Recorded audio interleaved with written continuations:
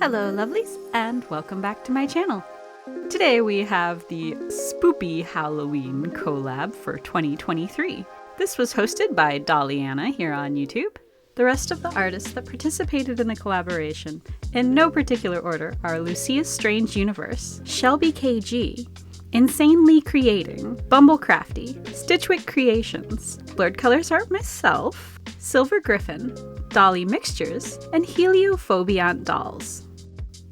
I wasn't quite sure what doll I wanted to use as my base. I have this already prepped Draculara that has just been sitting by my crafting desk for over a year. I'll use her eventually, but instead, for today, I would like to use this Mal from the Disney Descendants line. I'll be making a Red Devil woman, and I would like to have a doll that has a curvier body and isn't quite so waif-like as the original Monster High dolls.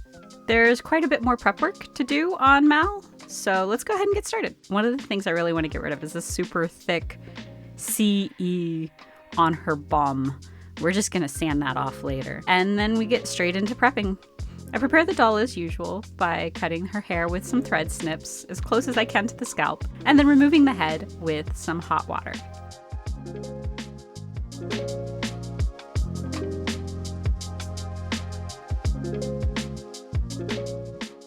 After she sits for a moment or two and the vinyl is nice and squishy, I go ahead and protect my hand with a thick cloth and pop her head off.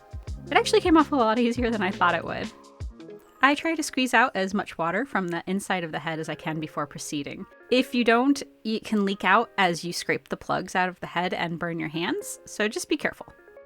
I use the tip of a flathead screwdriver to scrape the plugs into the head, and then a pair of needle nose pliers to pull them out of the head.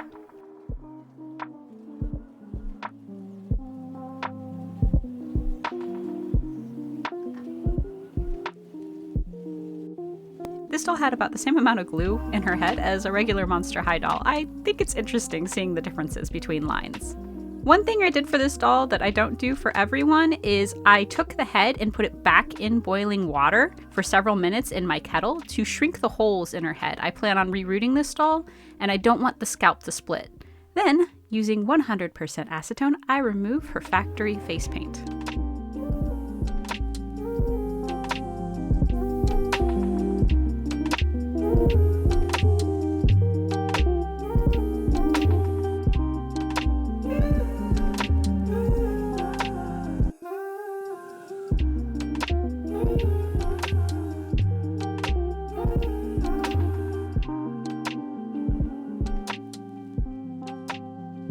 I stepped away from my desk for a minute here, and my cat likes to chew on the hands of my dolls. This is the second one that she's bitten the fingers off of. A little bit of super glue is all it takes, but it's a good thing that this is an art doll and isn't going to be played with, because I don't think it would hold up to a child playing with it after being repaired like this.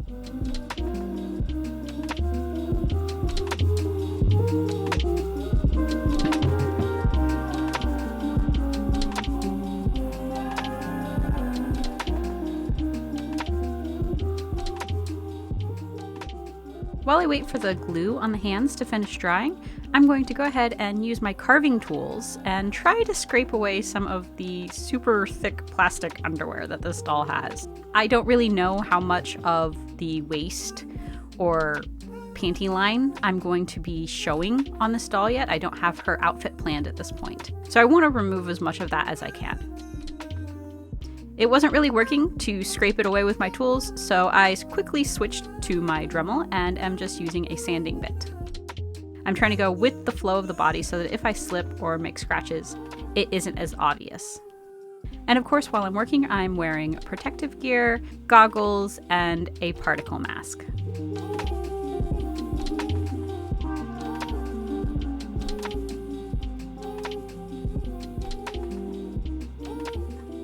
Once I have the bulk of the underwear removed, I go back to my tools and I'm just shaving away the plastic to smooth it out. This is very similar to how you carve away the plastic on a Blythe doll when you customize their faces.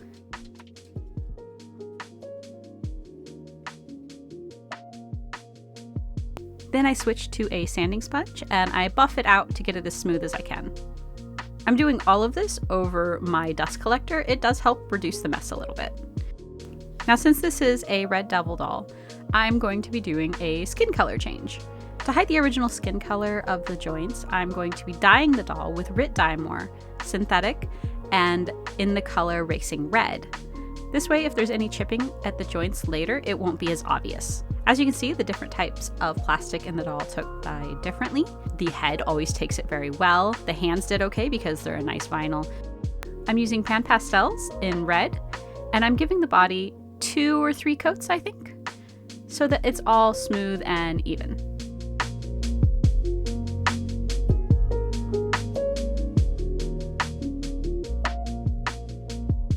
This is how the body looks after 1 coat of pastels. You can see some of the original skin color in the shoulder joints because I had them slightly bent whenever I did the first layer. So I'll just cover that up in the next pass. You see I have the same issue at the knees. After I'm happy with the body, I move on to the hair. I am not sure, again, what style I'm going for. I just know that I want to have a lot of black and red in the design of this doll. I'm going for a pretty stereotypical Red Devil Girl. To process the fiber, instead of tying it and brushing it out with a pet brush, I grab 2 ends of unwound yarn and pull them from either end. This gives you the longest fiber length for rerouting.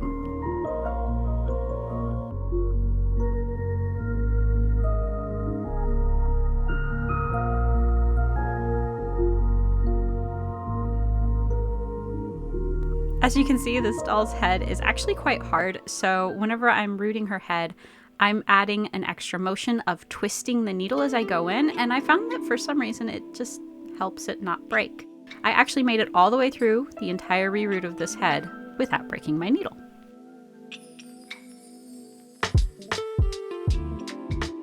Now it's on to body mods. I take an old scrap of cloth and bind her hair up out of the way. The first thing I'm going to do is work on her devil's tail. I have a monster high tail from, I think, Persephone, probably Persephone, and I'm going to modify it a little bit to be the shape that I want. But first, I need to make a hole in her backside for it to sit inside. To do this, I'm using my rotary tool with a bit that's almost the exact size as the tip of the tail, so it pops in nicely and is still able to be rotated. You do have to be careful whenever using these tools because sometimes you slip. I always try to make sure my hands are well out of the way. I know a few artists that have hurt themselves quite badly with rotary tools. And craft knives, so just be careful if you decide to take up this hobby. It can be quite dangerous.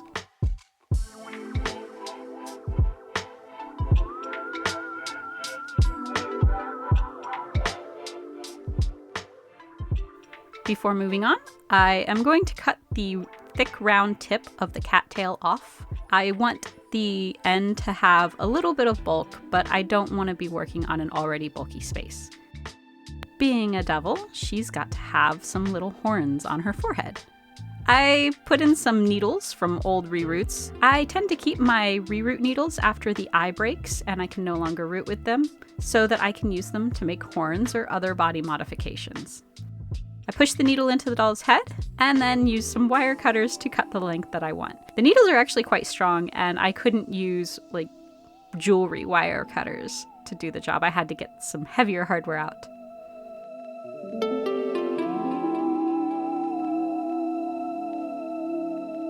As you can see, my epoxy is old and yellowed. I think that this is the reason why I'm struggling to use it.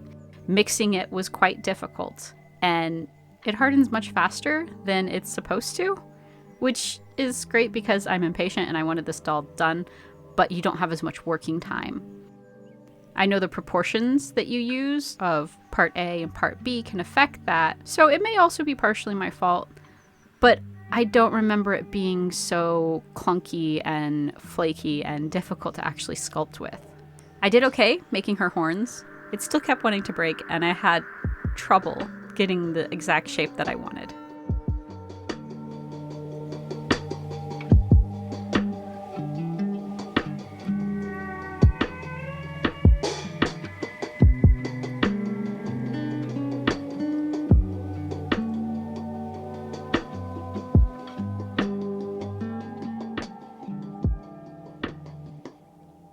here's where I really struggled.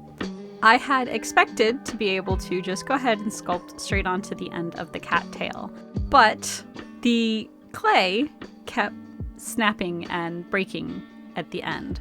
And maybe if I had been more patient and done it in passes, it might have worked better, but even just getting it onto the shape of the tail didn't work at all.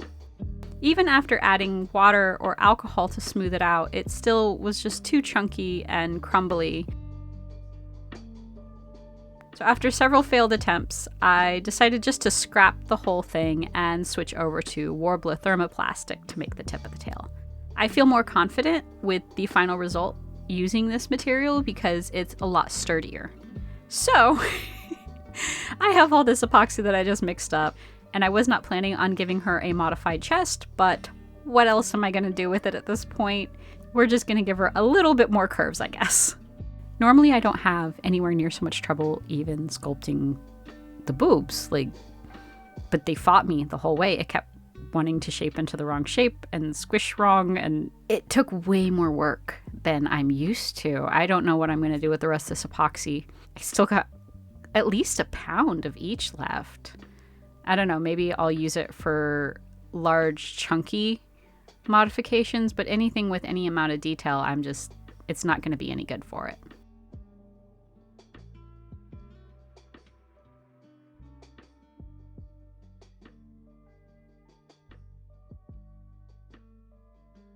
After it cured, which only took like 2 or 3 hours in this case, I was able to go ahead and paint it.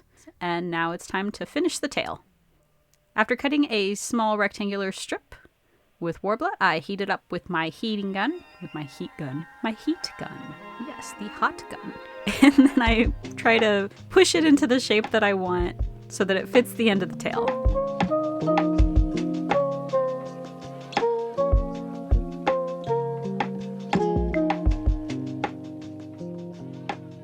This is very hot, so I try to use tools so I don't burn my fingers. And it's still, yeah, I just burnt myself. Just a little bit though.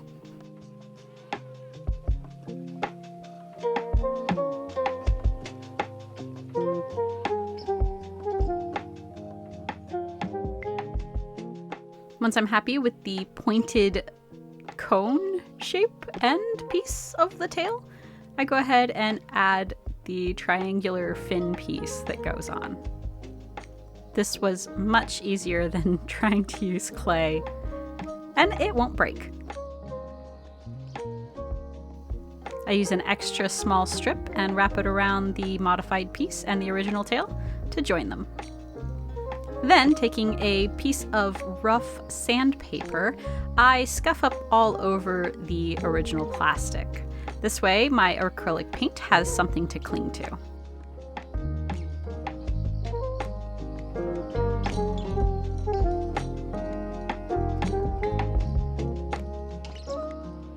Since I have my heat gun out and I'm impatient, I'm going to use it like I would a blow dryer to kind of speed dry the first layer of the paint.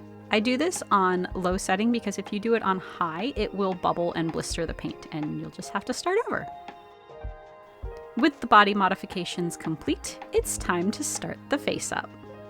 I want to do a red to black gradient on her horns.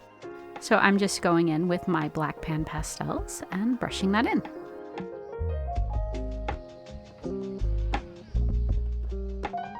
I use the same pastels on her lips and carve out the shape with my eraser. I lost my kneaded eraser, so I'm just kind of stuck using the sharp corner of a regular eraser for now. It still works pretty well.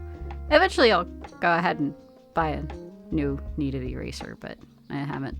I just forget all the time.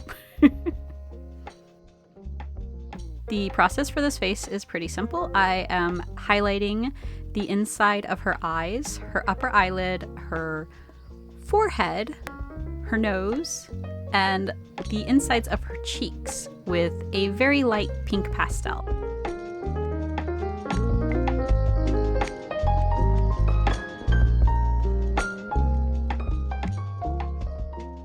Then I go in with my chalk pastel pencil and add a few highlights on her upper eyelid, down her nose, over her philtrum, I think is what that part of the upper lip is called, and on her black lipstick.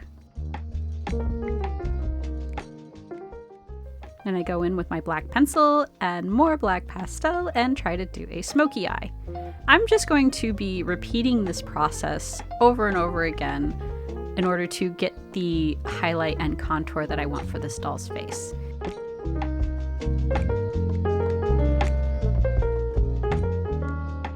As you can see, after spraying the doll, it dulls that bright pink significantly.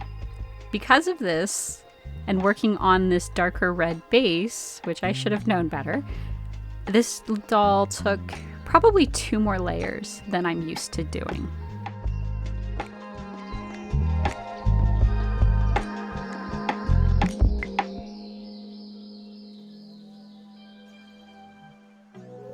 I decided that the doll was a little bit too monochrome with just black and red, so I'm adding in yellow irises. And later I will give her some blue eyeshadow.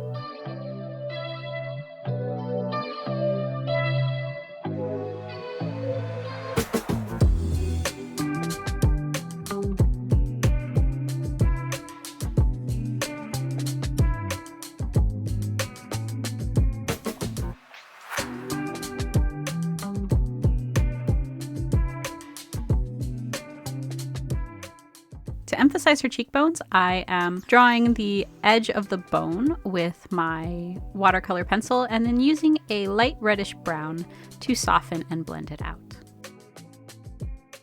Onto the third layer, we're just doing more of the same, darkening the shadows and lightening the highlights.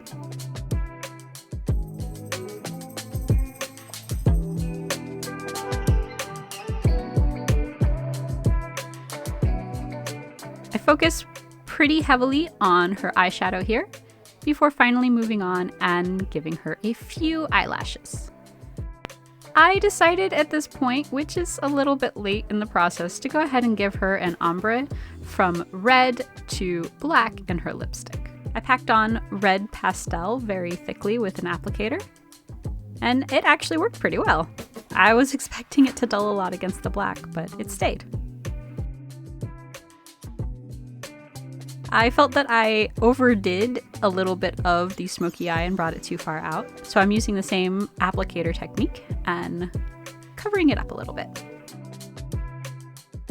Now we're on the final and 4th layer, and I'm just going to really pump up some of those colors and make things opaque that weren't quite getting there with pastels and pencils on the previous layers.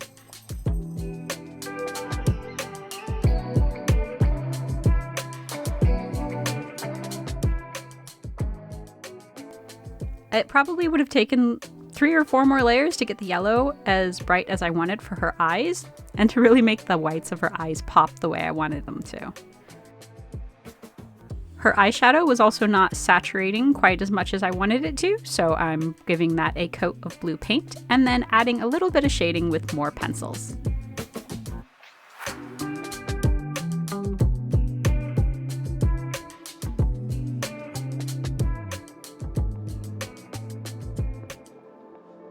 To finish off her eyes, I'm adding black eyelashes over the newly pumped up eyeshadow.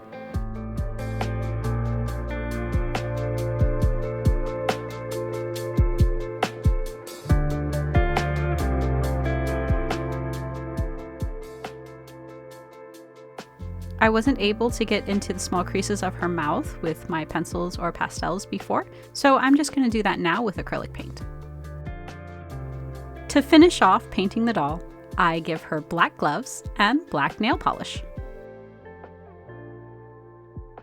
The doll gets a final coat of Mr. Super Clear, and then it's time to figure out what I'm doing with her clothes.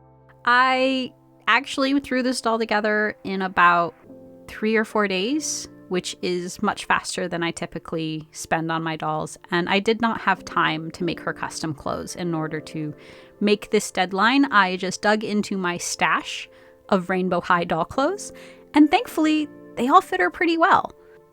The top stretches pretty well, so it fit her new modified bust well enough, you know?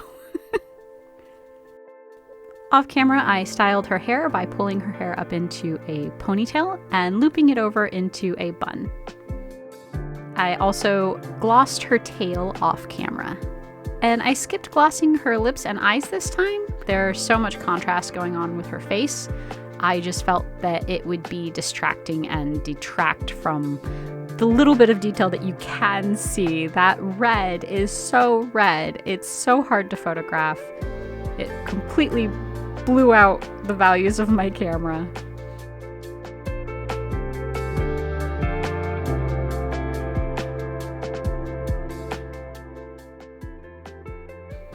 So yeah, thank you guys so much for watching, and don't forget to check out everyone else's videos. Their links are in the description below. There is at least one artist here who doesn't have a YouTube yet, but hopefully she joins soon. And that is Bumblecrafty. In the meantime, you can check out her work on her Instagram. Thank you so much. I'll see you next time. Bye!